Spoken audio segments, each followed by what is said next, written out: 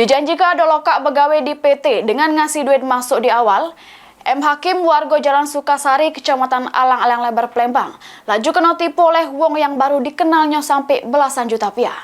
Atas kejadian tersebut, korban datangi Polres Sabes Palembang bikin laporan polisi.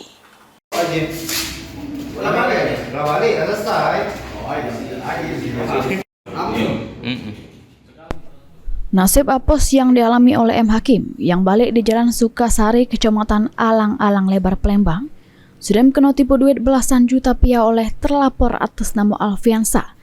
Atas kejadian tersebut, korban laju datangi Polres Sabes Palembang bikin laporan polisi. Kejadian bermula korban yang lagi nyari gawean ditawari oleh terlapor Alfiansa untuk begawe di PT yang berada di wilayah Lampung. Cuma sebelum begawe, korban harus ngasih duit sebesar 15 juta rupiah biar cepat masuk begawe. Karena memang korban butuh gawean, langsung nyerah ke duit yang dipinta oleh terlapor.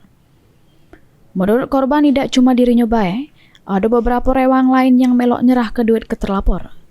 Supaya bisa begawe di PT yang ditawar ke, sesudah duit diterima oleh terlapor, tidak taunya terlapor ngasih harapan palsu.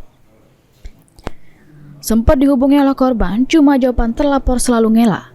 Atas kejadian tersebut, korban M. Hakim laju mengalami kerugian sebesar 15 juta rupiah.